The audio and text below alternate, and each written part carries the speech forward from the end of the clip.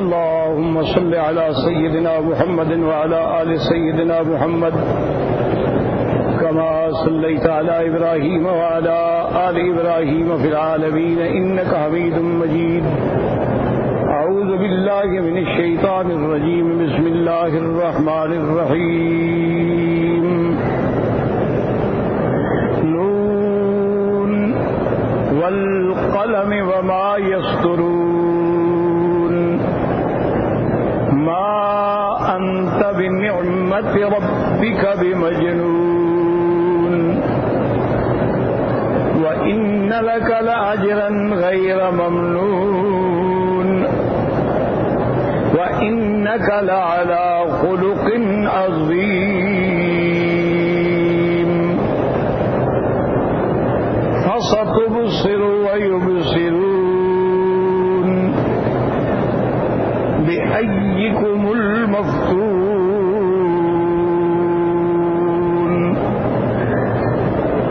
إن ربك هو أعلم بمن ضل عن سبيله وهو أعلم بالمهتدين.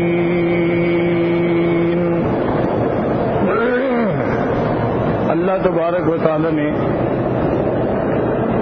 کلام مقدس کی ان آیات مبارکہ میں قسم کھا کے ارشاد فرمایا ہے. اللہ نے قسم کھائی ہے قلم کی اور جو اس سے لکھا جائے گا.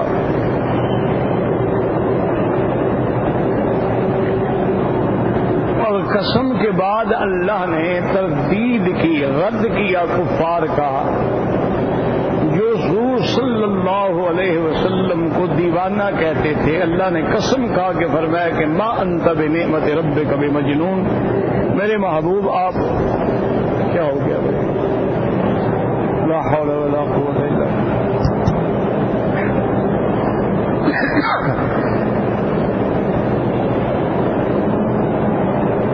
اللہ نے قسم کھائی اور فرمایا کہ والقلم وما یسطرون ما انت بنعمت ربک بمجنون. میرا مدنی، اللہ کی رحمت و نعمت سے آپ دیوانہ نہیں ہیں. یہ آپ کو دیوانہ کہنے والے دیوانے ہیں. اچھا، اسی طرح اللہ نے سورۃ التکویر کے اندر بھی قسم کھائی ہے. اللہ تبارک و تعالی نے فرمایا واللیل اذا عسعس والصبح اذا تنفس انه لقول رسول کریم ذی قوة عند ذی العرش مکین مطاع ثم امین وما صاحبكم بمجنون.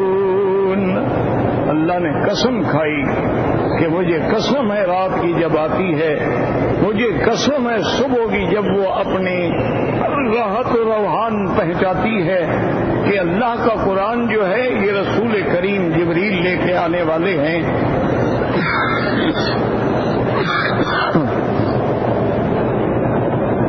جبریل امین جو ہیں وہ بہت بڑی قوت و طاقت والے ہیں، اللہ کے عرش کے پاس رہنے والے ہیں، اور فرشتوں کے اندر وہ مطاع ہیں، ان کی بات مانی جاتی ہے. اور اتنی قسمیں کھانے کے بعد فرمایا وما صاحبکم بمجنون، تمہارا ساتھی یعنی محمد مصطفیٰ دیوانہ نہیں. وہاں بھی اللہ نے قسم کھائی.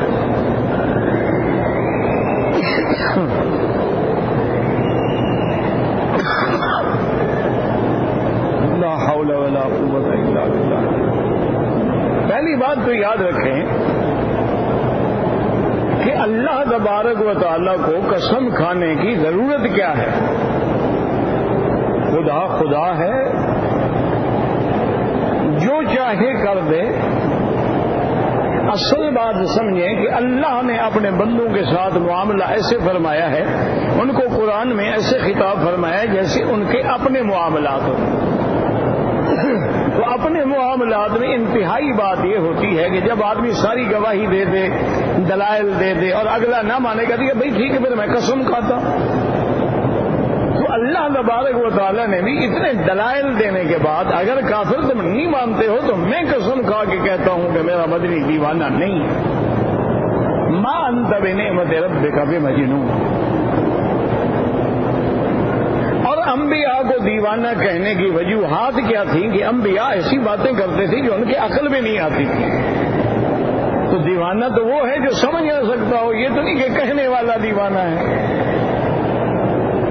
اب جب حضور صلی اللہ علیہ وسلم ان کو خبر دیتے تھے کہ پورے عالم پہ میری نبوت ہوگی، میرا دین اسلام ہوگا، تمام مشرق و مغرب کے اندر دین اسلام کا بول بالا ہوگا، تمام کفر جو ہے وہ مٹ جائے گا، وہ کہتے ہیں یہ دیوانوں کی باتیں، یہ دیوانہ ہے. بے عینی ہی جب میرے آقا رحمت دو عالم صلی اللہ علیہ وسلم ہجرت فرما کے جا رہے تھے تو راستے میں آپ کو سراقہ نے روکا. مکہ اور مدینے کے درمیان میں رابق کے قریب جگہ ہے. رابق کے علاقے کا سردار جو ہے وہ سراقہ تھا. اس نے تعاقب کیا، روکا، بڑا لمبا واقعہ ہے. بہرحال اس کا گھوڑا جو تھا زمین میں دھنس گیا. اس نے اس کے بعد اشارہ کیا، حضور روک گئے. اس نے کہا یا رسول اللہ صلی اللہ علیہ وسلم، میں جانتا ہوں کہ آپ وہ اللہ کے نبی ہیں جو مکے سے نکلے ہیں اور میں آپ کو پکڑنے کے لیے نکلا تھا. چونکہ قریش مکہ نے اعلان کیا ہے کہ جو حضور صلی اللہ علیہ وسلم کو پکڑے گا اس کو ہم 100 اونٹ دیں گے. آج بھی دیکھ لیں کوئی بدلا کچھ بھی نہیں. آج بھی کافر جو حق والے ہیں ان کو پکڑنے پہ پیسے دیتے، ان کو بھی انعام دیتے. یہی کافر کرتے، وہ ابتدا سے جو کر رہے ہیں وہی کرتے آ رہے ہیں. اس نے کہا حضور میں نے بہرحال آپ کا معجزہ دیکھ لیا ہے، اب میں آپ کو یقین دلاتا ہوں کہ آپ آرام سے مدینہ منورہ تشریف لے جائیں، اور میں یہ بھی وعدہ کرتا ہوں کہ میں خود تو خیر نہیں تعاقب کروں گا، اگر مکے سے کوئی لوگ آپ کے پیچھے آئیں گے ان کو بھی میں واپس بھیج دوں گا. آپ اطمینان سے سفر فرمائیں. حضور پاک نے فرمایا کہ سراقہ، میں بھی تمہیں پھر ایک خوشخبری دیتا ہوں. ایک وقت آئے گا جب فارس کے بادشاہ کسرا کے ہاتھوں کے کنگن جو ہیں وہ تیرے ہاتھ میں ہوں گے. تو اب یہ بظاہر تو دیوانوں والی بات ہے نا کہ جو آدمی مکے سے اپنی جان بچا کے ہجرت فرما رہے ہیں وہ خبر دے رہے ہیں کہ فارس کی سپر پاور جو ہے ختم ہو جائے گی. تو سراقہ کہتی ہیں مجھے بات سمجھ نہیں آئی لیکن میں چپ کر گیا. انہوں نے کہا ٹھیک ہے، اب جو کہہ رہے ہیں تو ٹھیک ہے. بھائی کہاں فارس، اور پھر وہ ملک فتح ہوگا، اس بادشاہ کے کنگن آئیں گے اور پھر وہ میرے ہاتھ میں ہوں گے. تو یہ تو کوئی دیوانوں والی بات ہے. اس لیے کافر دیوانہ کہتے تھے. جب وہ یہ باتیں سنتے تھے نا تو ان کو یہ لگتا تھا کہ یہ تو دیوانگی کی بات ہے. بھئی ہم مر جائیں گے پھر قبر میں عذاب ہوگا، کیسے عذاب ہوگا؟ وہ کہتے ہیں دیوانوں کی بات ہے. جب ہم مر گئے، مٹی میں مل گئے، ریزہ ریزہ ہو گئے، عذاب کس چیز کو ہوگا؟ حضور پاک جو فرماتی ہیں کہ قبر 70 ہاتھ کھل جائے گی، یہ کیسی کوئی عجیب بات ہے؟ ادھر عورت ہے ادھر مرد ہے، اگر قبر کھل جائے گی تو کیا عورت مرد کے کھاتے میں آ جائے گی اور یہ مرد اس کے قبر میں چلا جائے گا؟ یہ دیوانوں کی باتیں. حضور صلی اللہ علیہ وسلم فرماتے کہ یہ آسمان پھٹ جائیں گے، یہ سورج چاند بے نور ہو جائیں گے، یہ تارے جھڑ جائیں گے. وہ کہتے ہیں عجیب بات ہے، ہزاروں سال گزر گئے آج تک آسمان میں ایک سوراخ بھی نہیں ہوا، یا آسمان پھٹ جائیں گے؟ کیسے پھٹ جائیں گے بھائی؟ اس لیے وہ کہتے تھے نعوذ باللہ کہ یہ دیوانہ. لیکن وہ بدبخت یہ نہیں جانتے تھے کہ اللہ کے پیغمبر کوئی بات نہیں کرتے جب تک اللہ تبارک و تعالیٰ ان کے دل میں نہیں ڈالتا. یا تو وحی جلی ہوتا ہے یا وحی خفی ہوتا ہے. وما ينطق عن الهوى ان هو الا وحی یوحی. اللہ نے فرمایا فرمایا میرا محبوب اپنی خواہش سے نہیں بولتے، نہ کوئی حکم جاری کرتے ہیں جب تک اللہ کا وحی نہ ہو۔ حضور خیمہ ام معبد میں تشریف لے گئے۔ ایک خیمہ ہے، بدوی عورت ہے، بڑھیا عورت ہے، سرکار دو جہاں سفر سے تھکے ہوئے ہیں، آپ نے آرام کے لیے اس کے خیمے میں قیام فرمایا اور حضرت صدیق سے فرمایا کہ بڑھیا سے پوچھو بھی تمہارے گھر میں کوئی دودھ، کوئی پانی، کوئی لسی، کوئی چیز ہے، ہم تھکے ہوئے ہیں۔ تو اس نے کہا کہ یا رسول اللہ، اردو نہیں جانتی تھی حضور کو، اس نے کہا کہ مہمان ہیں آپ میرے، اگر میرے گھر میں کوئی چیز ہوتی میں خود پیش کرتی، میرا خامد بکریوں کا ریوڑ لے کے چرانے کے لیے گیا ہے، تو آپ نے فرمایا وہ ایک بکری تو بیٹھی ہوئی ہے تمہارے کونے میں۔ یہ اس لیے کہتے تھے کہ دیوانہ ہے۔ انہوں نے کہا حضور یہ بکری بیمار ہے بیچاری، یہ کھڑی بھی نہیں ہو سکتی ہے، چلنے کے قابل ہوتی تو چلنے کے لیے نہ جاتی۔ حضور نے فرمایا اچھا تم اس بات کو چھوڑو کہ بیمار ہے یا تندرست ہے، تمہاری اجازت ہے کہ ہم اس بکری سے دودھ لے لیں؟ ہنس پڑے تو کہے ایک عجیب بات، بھائی ایک بکری ہے، بیمار ہے، کھڑی نہیں ہو سکتی، آپ دودھ لیں گے اس سے؟ حضرت میں برتن لے آؤ۔ حضرت صدیق فرماتی ہے کہ حضور پاک اٹھے اور آپ نے اپنا دست مبارک جو تھا اس بکری پہ پھیرا، اللہ سے بھی دعا کی اور عرض کیا کہ مولا تیرا پیغمبر مہمان ہے۔ کہتے ہیں بس آپ کے ہاتھ پھیرنے کی دیر تھی کہ بکری کھڑی ہو گئی اور اس کے نگ جو تھے وہ دودھ سے بھر گئے۔ حضرت صدیق فرماتے ہیں میں نے اس دن دیکھا کہ حضور تو باقاعدہ دودھ نکالنا بھی جانتے ہیں کہ برتن کو یوں رکھا اور بڑے آرام سے دودھ نکال رہے ہیں۔ میں تو حیران ہو گیا کہ حضور پاک یہ طریقہ بھی جانتے ہیں۔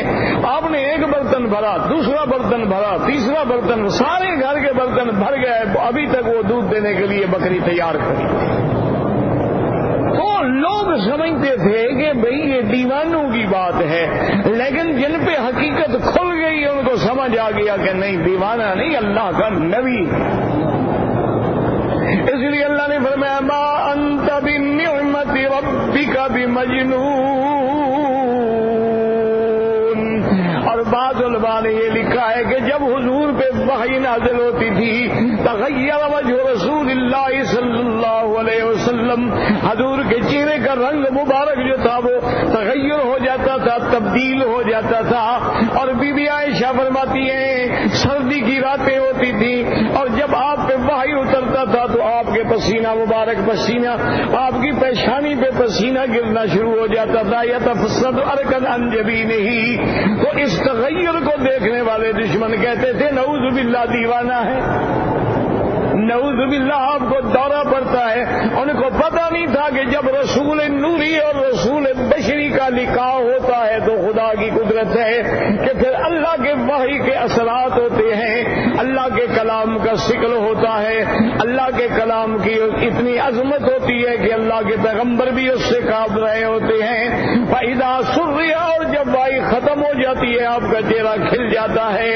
اس لیے اللہ نے فرمایا میرا مدنی آپ میرے نبی ہیں، ما انت بنعمت ربک بمجنون۔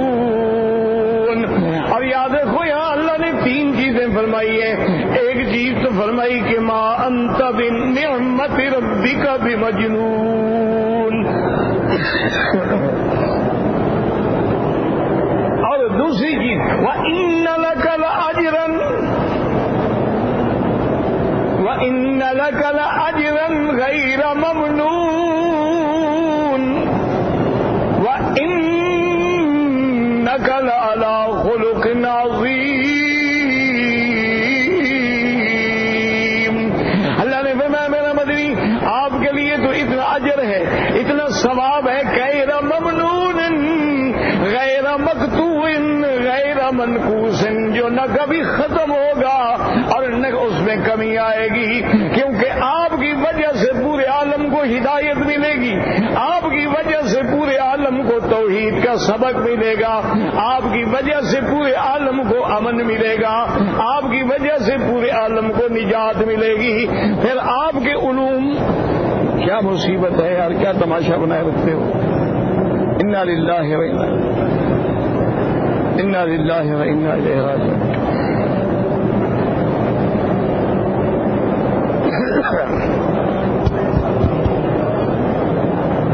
لا حول ولا قوة الا باللہ. آخر کیا مصیبت کیا ہے؟ سب کو دورہ اسی کو بڑھتا ہے. لا حول ولا قوة الا باللہ. اب میکروفون یہاں ہے اور تار 2 میل دور انہوں نے لگائی ہوئی ہے، تو یہ تو ہوگا نا.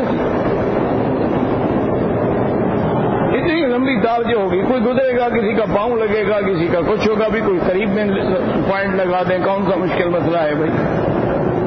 لا حول ولا قوة الا باللہ العلی. تو یاد رکھیں کہ جب پورے عالم کو ہدایت کا رستہ دکھلانے والا کون ہے؟ محمد مصطفیٰ. پورے عالم کو امن دینے والا کون ہے؟ محمد مصطفیٰ. تو جب آپ کا علم قیامت تک جاری رہے گا تو ثواب بھی جاری رہے گا، کبھی ثواب میں تو کمی نہیں ہوگی. جو بھی اسلام لائے گا، جو بھی ایمان لائے گا، جو بھی قرآن پڑھے گا، جو بھی ہدایت پہ آئے گا، تو سب کے سبب تو محمد مصطفیٰ ہے صلی اللہ علیہ وعلی آلہ وصحبہ وسلم تسلیما کثیرا کثیرا. اس لیے فرمایا وَإِنَّ لَكَ لَأَجْرًا غَيْرَ مَمْنُونٍ. میرا مدنی آپ کا ثواب جو ہے وہ بڑھ رہا ہے، ہر روز بڑھ رہا ہے. 1 لاکھوں لوگ مسلمان ہو رہے ہیں. اب آپ دیکھیں پوری دنیا اسلام کو مٹانا چاہتی ہے لیکن اسلام بڑھ رہا ہے. پوری دنیا حج عمرے کو ختم کرنا چاہتی ہے، عمرہ بڑھ رہا ہے. جتنا اسلام کو دبا رہے ہیں اتنا اسلام ابھر رہا ہے. اللہ کا شکر ہے کہ اب یورپ کے اندر بھی لاکھوں کی تعداد میں لوگ مسلمان ہو رہے ہیں، اور یورپ کے اندر بھی سب سے زیادہ بکنے اور پڑھنے والی کتاب اللہ کا قرآن ہے. وَإِنَّ لَكَ لَأَجْرًا غَيْرَ مَمْنُونٍ. اور اگلی بات کیا فرمائی؟ وَإِنَّكَ لَعَلَىٰ خُلُقٍ عَظِيمٍ. میرا مدنی دیوانے تو دیوانے ہوتی ہیں، اور آپ تو خلق عظیم کے ذمہ بردار ہیں. آپ کا خلق تو پورے عالم کے لیے مثال ہے. اس لیے حضرت انس رضی اللہ تعالیٰ عنہ فرماتی ہیں کہ میں نے 10 سال حضور کی خدمت کی ہے. میں حضور کا خادم تھا. کہتے 10 سال میں ما ضربنی وما قہرنی. کبھی 10 سال میں حضور نے مجھے مارا بھی نہیں اور کبھی جھڑکا بھی نہیں ہے، اور کبھی حضور نے مجھے ڈانٹا نہیں. اور میں نے کوئی کام نہیں کیا تو کبھی نہیں فرمایا کہ کیوں نہیں کیا، اور میں نے کوئی کام غلط کر دیا تو کبھی نہیں فرمایا کہ کیوں تم نے غلط کیا ہے. اور کہتا ہے واللہ ما مسستو، خدا کی قسم ہے کہ کہتا ہے میں نے ریشم بھی اتنا نرم نہیں پایا جتنا میرے محمد مدنی کی ہاتھوں کی تلیاں نرم تھی. اور آپ کے اخلاق کا یہ عالم تھا. صحابہ کہتے ہیں کہ اگر اللہ کے نبی نے کبھی لا کہا ہے تو کلمہ تشہد میں کہا ہے کہ لا الہ الا اللہ محمد الرسول اللہ. ورنہ حضور نے کبھی کسی کو لا نہیں کہا. جس نے کچھ کہا فرمایا ٹھیک ہے، جس نے جو مانگا فرمایا ٹھیک ہے. آپ کے خلق عظیم کا نظارہ. صحابہ فرماتے ہیں کہ جیرانا جسے بڑا عمرہ کہتے ہیں، یہاں حضور تشریف فرما ہے. غنائم حنین تقسیم ہو رہے ہیں اور جنگ حنین کے قیدی جو ہے وہ قید میں آئے ہوئے ہیں. صحابہ کہتے ہیں ہم نے دیکھا کہ ایک بوڑھی عورت آتی ہے، حضور کے قریب آ کے سلام کرتی ہے. حضور فوراً کھڑے ہو کے استقبال کرتے ہیں اور اپنی چادر مبارک بچھا کے بیٹھتے ہیں. کہتے ہیں یہاں تشریف رکھیں. اور اس کے بعد وہ عورت جو ہے بڑھیا عورت ہے، بالکل ہے بیچاری، کوئی اس میں لباس نہیں، کچھ بھی نہیں. لیکن وہ کہتی کہ یا محمد فلاں قبیلے کے ایک آدمی چھوڑ دیں. آپ نے فرمایا چھوڑ دیا. فلاں کو چھوڑ دیں فرمایا چھوڑ دیا. فلاں کو چھوڑ دیں فرمایا چھوڑ دیا. فلاں کا مال واپس کر دیں فرمایا واپس کر دیا. صحابہ کہتی ہیں ہم حیران ہو رہے ہیں یہ کون عورت ہے جس کی بات پہ حضور انکار نہیں کر رہے. جب وہ چلی گئی تو ہم نے پوچھا کہ یا رسول اللہ یہ کون خوش نصیب ہے؟ فرمایا امی التی ارضعتنی، میری دودھ پلانے والی ماں ہے. یہ خلق عظیم تھا محمد مصطفیٰ صلی اللہ علیہ وآلہ وصحبہ وسلم تسلیما کثیرا کثیرا۔ آمنہ کے نال ایک دفعہ آپ کے صحابہ بھی لیٹ گئے ہیں، حضور پاک بھی ایک درخت کے نیچے لیٹے ہوئے ہیں، اور آپ کی تلوار جو ہے وہ درخت کے ساتھ لٹکی ہوئی ہے، اور دشمن انتظار میں بیٹھا تھا، اسی درخت پہ چھپا ہوا تھا۔ جب حضور لیٹ گئے تو اس نے فوراً آرام سے اترا، حضور کی تلوار کو نکالا اور تلوار نکال کے حملہ کرنا چاہا تو حضور بیدار ہو گئے، اور اس کے بعد کہتے ہیں میں یمنعک منی یا محمد صلی اللہ علیہ وسلم، کہتے ہیں محمد مصطفیٰ میری تلوار سے آپ کو کون بچا سکتا ہے؟ آپ کے صحابہ دور ہیں، ان کے آنے تک میری تلوار چل جائے گی۔ آپ نے دیکھا فرمایا اللہ، میرے بچانے والا میرا اللہ ہے۔ اس پہ اتنا روب پڑا کہ ہاتھ کانپے تلوار گر گئی، حضور نے تلوار اٹھا لی، اور اس کے بعد آپ نے فرمایا میں یمنعک منی، اب تم بتاؤ کہ تمہیں میری تلوار سے کون بچائے گا؟ اس نے کہا یا محمد آپ کا خلق ہی بچا سکتا ہے، اور تو کچھ بھی نہیں بچا سکتا۔ میں جاؤ میں نے تجھے معاف کر دیا ہے۔ وَإِنَّكَ لَعَلَىٰ خُلُقٍ عَظِيمٍ۔ اس لیے صحابہ فرماتی ہیں میرے مدنی کے خلق کا یہ عالم تھا، آپ نے اپنی ذات کے لیے کبھی کسی سے بدلہ نہیں لیا، آپ نے اپنی جان کا بدلہ نہیں لیا، آپ نے اپنے مال کا بدلہ نہیں لیا، بلکہ ہمیشہ معاف فرماتے رہے، درگزر فرماتے رہے۔ کیوں؟ اللہ فرماتے ہیں وَإِنَّكَ لَعَلَىٰ خُلُقٍ عَظِيمٍ۔ چشم فلک نے وہ نظارہ بھی دیکھا کہ اسی کعبۃ اللہ میں جب مکہ فتح ہو گیا۔ اللہ اکبر اللہ اکبر۔ دعا کرو مسلمانوں، اللہ ہمیں کعبۃ اللہ کے حرمین الشریفین کے مدینہ منورہ کے برکات و ثمرات نصیب فرمائے، ہم خالی نہ لوٹ جائیں۔ یاد رکھو یہاں یہ ایک ایسا مقام ہے جو تجلی گاہ ربانی ہے، جہاں میرے اللہ کی تجلی ہے۔ ہم ان دیواروں کو سجدہ تھوڑا کرتے ہیں، اگر ہم نے ان دیواروں کو سجدہ کرنا ہو تو تیسری منزل پہ تو کعبہ نیچے رہ جاتا ہے، ہوائی جہاز میں بھی کعبہ نیچے رہ جاتا ہے۔ اصل تو وہ تجلی ہے نا جو اللہ نے اس جگہ پہ ڈالی، اسی تجلی ربانی کو آدمی جھک رہا ہے۔ اسی لیے حضور نے فرمایا جب نماز پڑھو تو یہ تصور کرو کہ گویا تم خدا کو دیکھ رہے ہو۔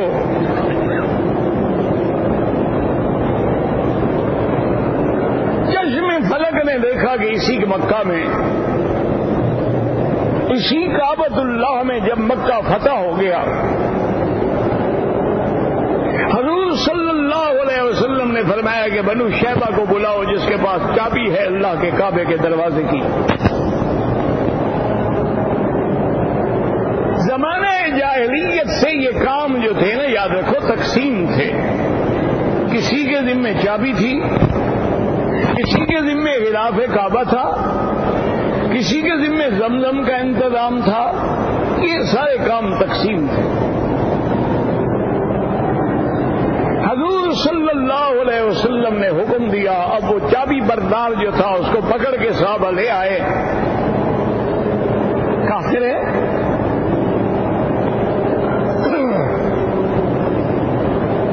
جب حضور صلی اللہ علیہ وسلم کے سامنے آیا تو حضور نے فرمایا کہ حل تذکر، تمہیں وہ دن یاد ہے کہ میں نے تم سے ایک دن کعبۃ اللہ کی چابی مانگی تھی کہ دروازہ کھول دو اور میں اندر عبادت کرنا چاہتا ہوں، تو تم نے کہا تھا کہ آپ کے لیے دروازہ نہیں کھل سکتا، تمہیں یاد ہے؟ اس نے کہا ہاں جی یاد ہے۔ اب کیسے یاد نہ ہو، اب تو مکہ فتح ہو گیا، سارے سردار قیدی بن کے سامنے کھڑے۔ اس نے کہا حضور یاد ہے، اب انہوں نے چابی لاؤ۔ اس نے چابی دے دی۔ آپ نے فرمایا اچھا اب یہ بتاؤ شیبی کہ یہ چابی اب میرے ہاتھ میں ہے، اب مجھ سے تم یا تمہارا سردار یا کوئی مکے کی طاقت مجھ سے یہ چابی چھین سکتی ہے؟ اس نے کہا کہ نہیں۔ آپ نے فرمایا تو اچھا بات سنو، میں سب کو گواہ بنا کے کہتا ہوں، خذھا خالدۃ طالدۃ الی یوم القیامۃ لا ینزع منک الا۔ آپ نے فرمایا یہ چابی میں محمد تمہیں خود دیتا ہوں، یہ لے لو، اور یہ بھی دعا کرتا ہوں کہ ہمیشہ قیامت تک یہ چابی تیرے خاندان میں رہے گی، تو اس سے کوئی ظالم بادشاہ چھینے گا اور کوئی نہیں چھینے گا۔ اب حیران کھڑا ہے کہ میں نے حضور کو چابی نہیں دی، حضور چابی بھی دے رہے اور دعا بھی کر رہے۔ یہ تھا خلق عظیم۔ تمام سرداران قریش قید ہو کے سامنے کھڑے ہیں۔ حضور پاک نے فرمایا مکے والوں بتلاؤ میں تمہارے ساتھ کیا کروں؟ کون سا ظلم ہے جو تم نے نہیں کیا؟ کون سا جرم ہے جو تم نے نہیں کیا؟ میرے صحابہ کو پھانسیوں پہ لٹکایا گیا، انگاروں پہ لٹایا گیا، میرے راستے میں کانٹے بچھائے گئے، مجھے مکے سے نکالا گیا، مجھے ہجرت میں مجبور کیا گیا، مجھے غاروں میں چھپنا پڑا، اونٹوں پہ سفر کرنے پڑے۔ آج بتلاؤ میں تمہیں کیا تمہارا فیصلہ کروں؟ انہوں نے کہا یا محمد صلی اللہ علیہ وسلم ہم بالکل مجرم ہیں، اقرار کرتے ہیں، لیکن کچھ بھی ہو جائے آپ ہمارے رشتہ دار تو ہیں، ہم امید کرتے ہیں کہ آپ احسان فرمائیں گے۔ آپ نے فرمایا میں بھی آج وہی کہتا ہوں جو یوسف علیہ السلام نے اپنے بھائیوں سے کہا تھا کہ لا تثریب علیکم اليوم، جیسے یوسف علیہ السلام نے اپنے بھائیوں سے کہا تھا کہ آج کے بعد میں تمہیں تانا بھی نہیں دوں گا، سزا تو بڑی بات ہے نا، میں تم پہ ملامت بھی نہیں کروں گا۔ آپ نے فرمایا میں بھی تم سے وعدہ کرتا ہوں تانا بھی نہیں، انتم الطلقاء، جاؤ تم آزاد ہو، جہاں مرضی آئے چلے جاؤ، کوئی سزا نہیں۔ اس لیے اللہ نے فرمایا وَإِنَّكَ لَعَلَىٰ خُلُقٍ عَظِيمٍ۔ یاد رکھو الا استعلاء کے لیے ہوتا ہے،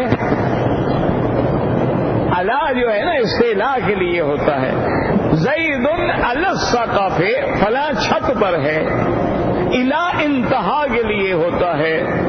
تو یہاں حرف الا ہے، کیا اللہ نے یہ نہیں فرمایا میرا مدنی آپ خلق عظیم والی؟ فرمایا نہ آپ خلق عظیم کے اوپر ہیں، یعنی خلق عظیم گویا آپ کی سواری بن گیا ہے، خلق عظیم گویا آپ کے تابع ہو گیا ہے، اور خلق عظیم پر گویا آپ ایسے ہیں جیسے کوئی سوار بیٹھ جائے اور سواری اس کے تابع ہوتی ہے، اسی طرح خلق عظیم آپ کے تابع ہے۔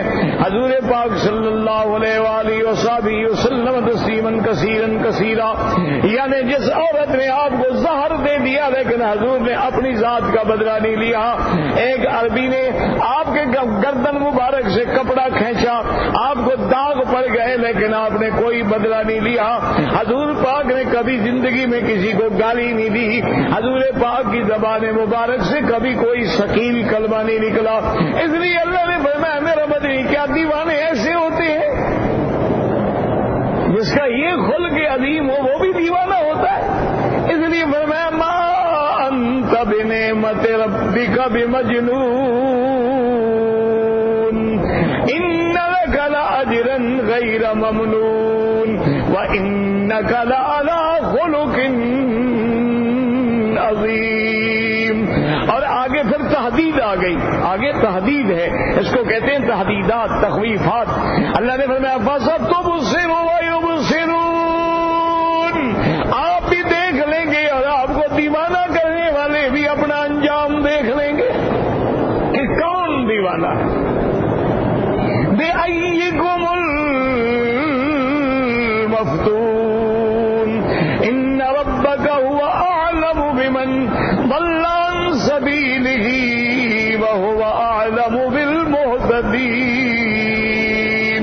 اللہ تیرا رب جو ہے وہ جانتا ہے کون بھٹکا ہوا ہے، کون دیوانہ ہے، کون بہکا ہوا ہے اور کون ہدایت پہ ہے۔ تو ان آیات مبارکہ میں اس بات رسالت ہے، عظمت رسالت محمد مصطفیٰ ہے، اور دشمنان کے اعتراض و شبہات کا جواب ہے۔ تو اس لیے اللہ نے قسم کھائی ہے، میرا مدنی قلم بھی باقی، قلم کا لکھا ہوا باقی، میرا مدنی تیری نبوت بھی باقی، تیری عظمت بھی باقی، تیرا شان بھی باقی، تیرا خلق بھی باقی۔ اس لیے اللہ نے اس میں قلم کی قسم کھا کے فیصلہ فرمایا ہے۔ واللہ اعلم۔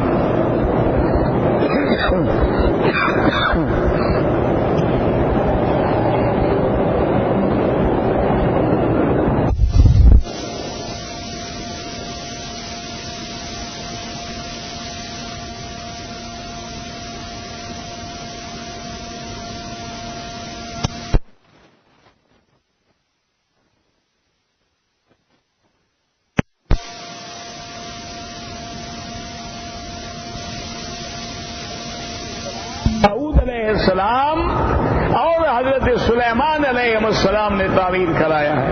اچھا ویسے بھی شان دیکھیں نا، جن جن مقامات کو اللہ نے شان بخشی ہے وہاں ضرور کوئی شان والا آیا ہے۔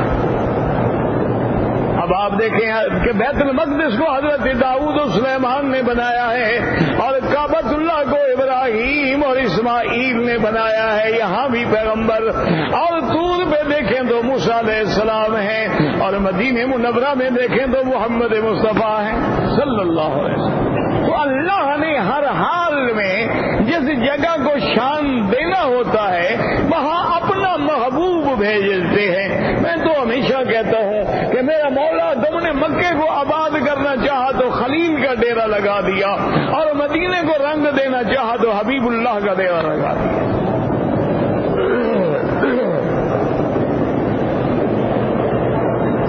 نماز پڑھتے ہوئے خیالات آتے ہیں، کوئی بات نہیں، خیال آنا الگ بات ہے، لانا الگ بات ہے۔ خود نہ لاؤ، اگر آتے ہیں آتے رہے۔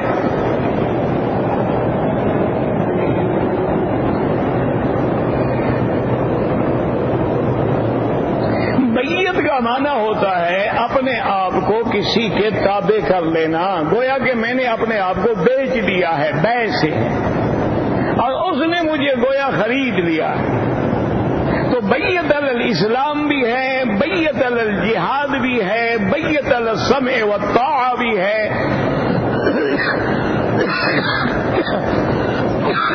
اور یہ قیامت تک کے لیے۔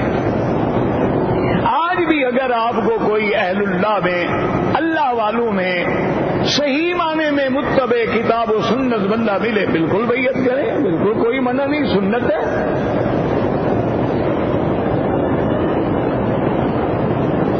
اگر کوئی آدمی مسلمان ہونے کے بعد کافروں کی مدد کرتا ہے، مدد دیکھنی پڑے گی نا کس قسم کی مدد ہے۔ اگر وہ اسلام کو نقصان پہنچا رہا ہے تو صاف بات ہے، اللہ نے خود فرما دیا ہے کہ اگر تم ان کی مدد کرو گے تم ان میں سے ہو، من یتولہم منکم فاولئک منہم، جو تم میں ان کی دوست بنیں گے وہ ان میں سے ہیں۔ تو صاحب گندے خیالات آئے، لا حول ولا قوت الا باللہ العلی العظیم۔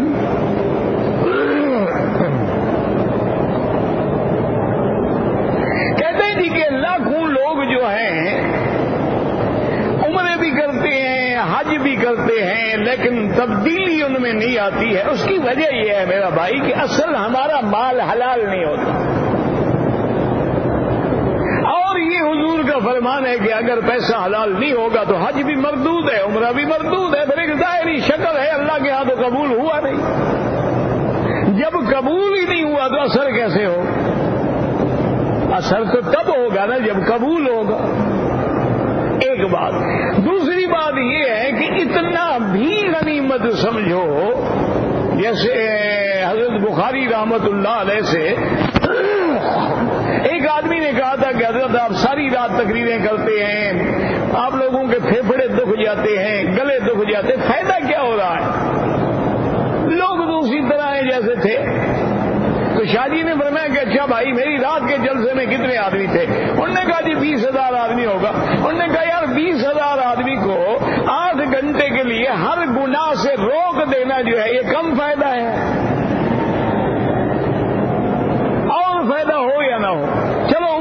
یہ تو فائدہ ہے نا کہ اتنے دن تو وہ گناہوں سے بچا ہوا ہے، اتنے دن تو وہ جھوٹ سے، چوری سے، بکواس سے، حرام سے، زنا سے، ہر بلا سے بچا ہوا ہے، یہ بھی تو فائدہ ہے۔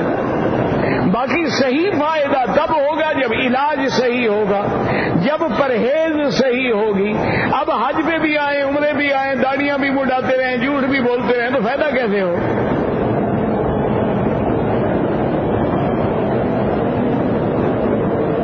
اگر کسی نے 7 کے بجائے صفا مروہ میں بھول کے زیادہ چکر لگا لیا، کچھ بھی نہیں ہوتا، کوئی بات نہیں۔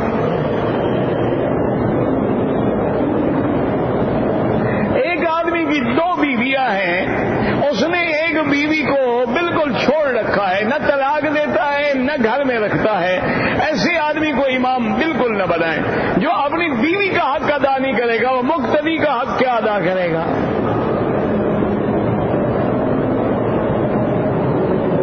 ایک آدمی نے شادی کی، وہ مر گئی ہے، اب وہ دوسری شادی کرنا نہیں چاہتا، تمہیں کیا تکلیف ہے؟ وہ جانے، اس کا کام جانے،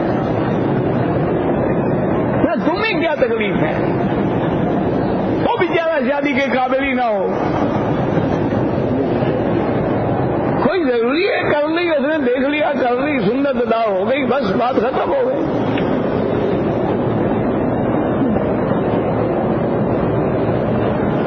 اگر جمعرات کی رمی جو ہے 11 اور 12 کو زوال کے بعد ہوتی ہے، پہلے کرے دم پڑ جاتی ہے، کروائی نہیں جا رہی، تم جلدی جلدی جان چھڑا کے بھاگتے ہو، کوئی پکڑ کے نہیں لے جاتا۔ اپنے والد کی قبر پہ زمزم ڈال سکتے ہیں، زمزم زندوں کے لیے ہے، مردوں کے لیے تو نہیں ہے۔ یہ آپ کو کس نے کہا ہے؟ ہمارے لوگ عجیب ہیں، قرآن زندوں کے لیے آیا، انہوں نے مردوں کے لیے بتا دیا۔ زمزم کے پینے کا حکم ہے یا مردوں پہ ڈالنے کا حکم ہے؟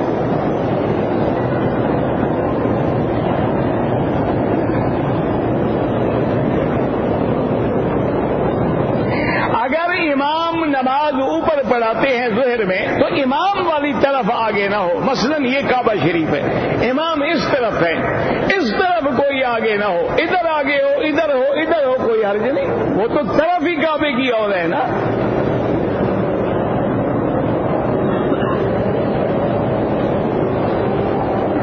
اگر حلق کراتے ہوئے اس طرح لگ گیا، خون نکل آیا، کوئی بات نہیں، خون بھی تمہارا نکلے، سزا بھی تمہیں دی جائے۔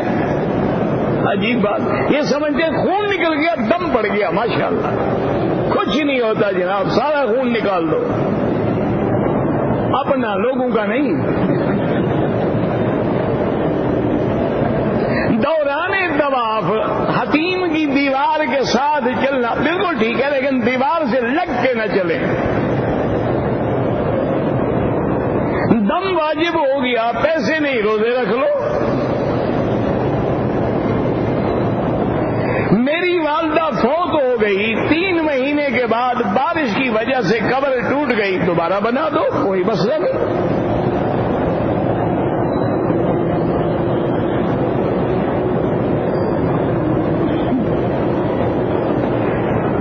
ضرورت کے وقت تصویر کی گنجائش ہے، سود کھانے کی گنجائش نہیں ہے۔ تصویر کے بجائے تو تم صبر نہیں کر سکتے ہو نا کہ دوسرا ملک آنے نہیں دے گا جب پاسپورٹ نہیں ہوگا، آئیڈینٹی کارڈ نہیں ہوگا، سود کے بغیر تو کوئی پابندی نہیں، وہ کیا ضرورت ہے؟ خواب بالکل حقیقت ہوتے ہیں، قرآن میں ہے، انی رأیت 11 کوكبا والشمس والقمر رأيتهم لي ساجدين، حضرت یوسف کا خواب نہیں۔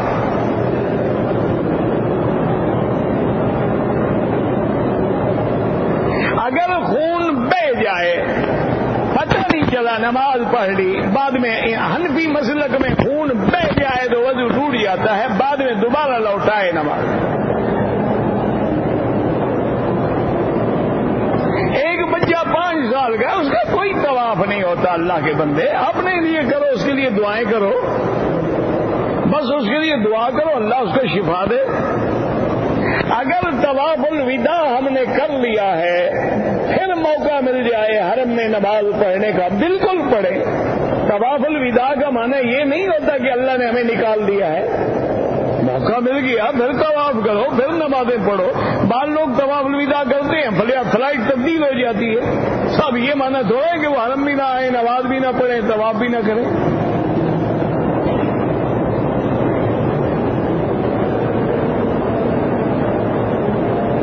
ایک آدمی نے جھگڑے کے وقت اپنی بیوی کو 3 دفعہ سے بھی زیادہ دفعہ طلاق دیا تو 3 تو پکی ہو گئی نا، باقی فضول گئی.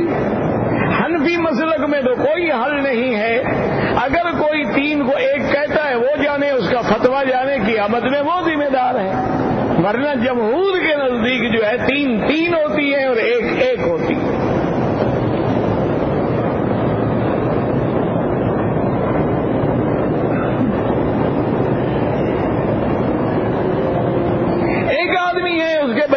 پیدائشی بیمار ہے، وہ خودکشی کرنا چاہتا ہے، یعنی کافر موت مرنا چاہتا ہے کہ دنیا تو خراب ہو گئی، اب آخرت بھی برباد ہو جائے. توبہ کرو، استغفار کرو. یہ اللہ کی طرف سے امتحان ہے، اللہ مصیبتیں رفع فرمائے. عمرہ کرنے والے کو حاجی نہیں کہا جاتا. کہتے تھے کہ بریلوی حضرات کے پیچھے نماز ہو جاتی ہے. بھائی بات یاد رکھو، بریلی ایک جگہ کا نام ہے. وہاں کے رہنے والے یا وہاں کے علماء کے ماننے والوں کو بریلوی کہا جاتا ہے. اب ہر بریلوی تو مشرک نہیں ہوتا نہ ہر بریلوی اہل بدعت ہوتا ہے. اگر کوئی آدمی قبروں پہ سجدہ کرتا ہے، اگر کوئی آدمی عرس شریف مناتا ہے، اگر کوئی آدمی کل کندانے غیر کی منت نیاز دیتا ہے، ایسے بندے کے پیچھے نماز جائز نہیں. وہ کوئی ہو، بریلوی ہو یا کوئی ہو.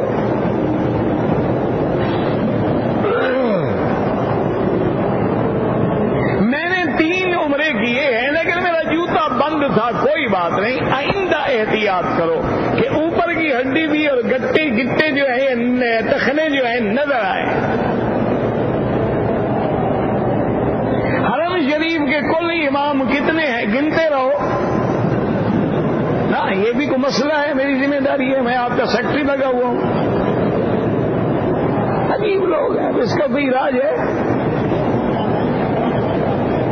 اچھا 10 ہوں تو کیا ہے اور 2 ہوں تو کیا ہے، کیا کر لو گے تم؟ عجیب بندے ہیں. بس بھائی یعنی پوچھنا ہے نا، فارغ نہ بیٹھے.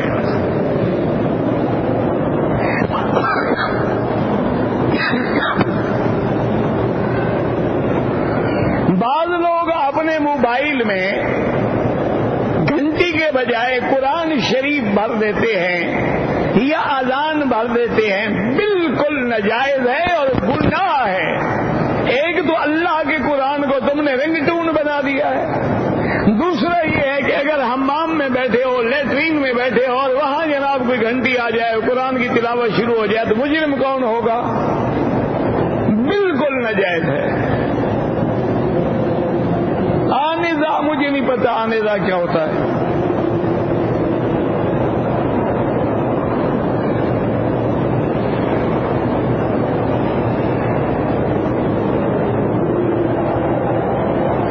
میں پاکستان میں آیا تو میرے سسرال کے دباؤ میں بیوی نے خلو لے لیا عدالت سے، لیکن میں عدالت میں حاضر نہیں ہوا اور نہ میں نے طلاق دی ہے. کوئی طلاق شلاق نہیں. بیوی کو لے آؤ، اپنے پاس رکھو.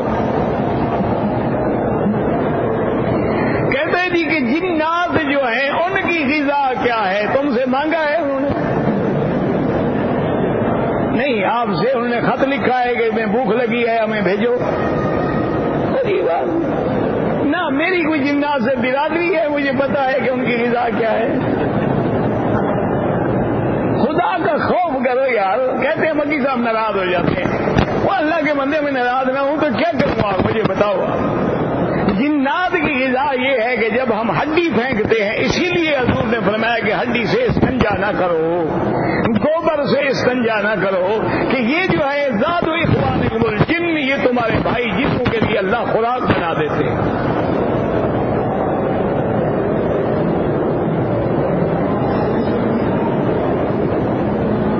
جن اچھے جن صحابی ہوتے ہیں، جن اولیاء اللہ ہوتے ہیں، جن علماء ہوتے ہیں، جنوں محدث ہیں، مفسر ہیں. اچھا خدا کی جان ہے، جنوں میں بھی یہ سنی شیعہ کا جھگڑا ہے دیوبندی بریلوی کا، یہ ان میں بھی ہے. جنات میں بھی ہر قسم کی مخلوق ہوتی ہے. ایک آدمی آ رہا تھا دور سے، میرے آقا نے دیکھا، آپ نے فرمایا انہ لمشیۃ الجن، یہ آنے والا معلوم ہوتا ہے جن ہے. وہ قریب آیا، اس نے سلام کیا. آپ نے فرمایا تم کون ہو؟ اس نے کہا حضور میں جن ہوں. آپ نے کہا کیسے آئے ہو؟ اس نے کہا حضور میں آپ سے قرآن سیکھنے کے لیے آیا ہوں، اور میں وہ جن ہوں، میں نے موسیٰ علیہ السلام سے تورات سنی تھی اور آج آپ سے قرآن سننے آ رہا ہوں.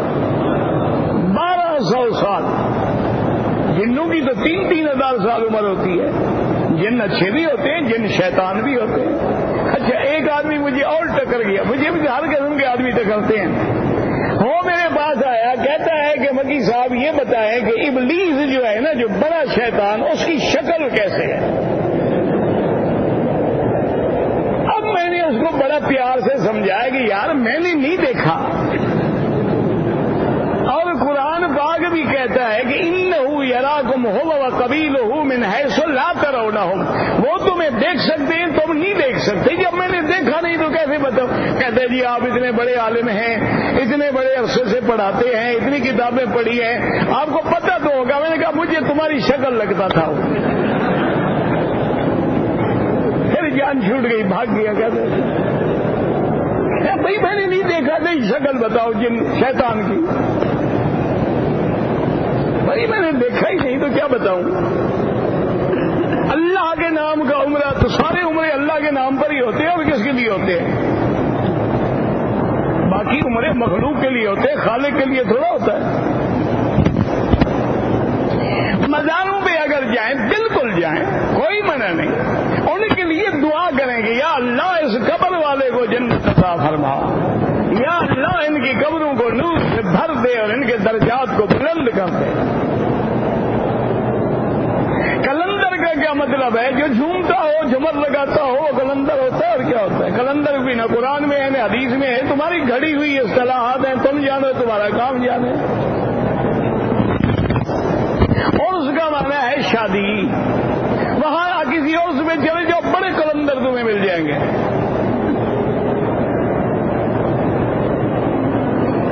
اصل بات یہ ہوتی تھی، یہ اصطلاحات ہیں لوگوں کی، اس کا قرآن حدیث سے تعلق نہیں ہے.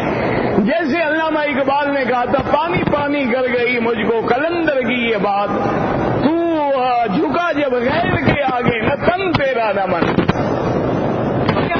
اللہ والا کوئی مست آدمی، باقی کوئی کلندر نہ رتبہ ہے، نہ مرتبہ ہے، نہ کوئی عہدہ ہے. کہتے ہیں نا 1.5 کلندر ہے، پتہ نہیں آدھا اور کدھر کب آئے گا. مجھ پہ جادو کر دیا گیا ہے تو میں کیا کر سکتا ہوں؟ سورۃ البقرہ پڑھو، اللہ رحم کریں گے.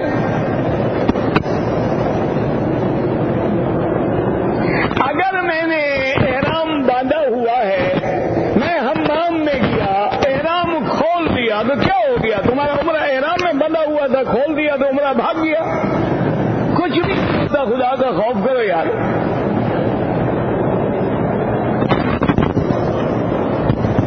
کعبہ شریف میں تم نے خواب دیکھا، تم جانو، خواب جانے، مجھے نہیں پتہ لگتا خوابوں کا.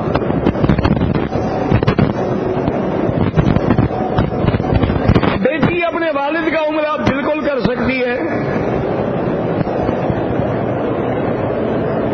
اگر آدمی توبہ کر لیتا ہے تو اللہ گناہ معاف، بالکل معاف کر، لیکن شرط یہ ہے کہ پھر نہ کرو.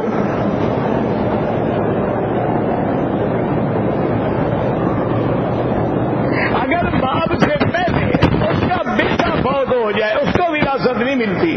وراثت تو تب ہو جب اس تک آئے. جب اس تک آیا ہی نہیں پائپ میں پانی تو آگے کیسے ملے؟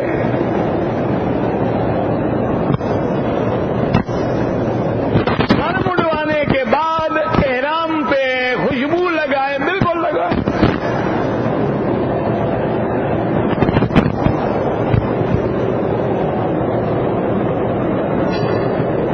کہتے جی کہ آپ نے فرمایا تھا کہ فارس بادشاہ کے کنگن جو ہیں وہ سراقہ کے ہاتھ میں ہوں گے. ہاں بالکل یہ معجزہ ہے، اللہ نے خبر دی اور آپ نے بتا دیا.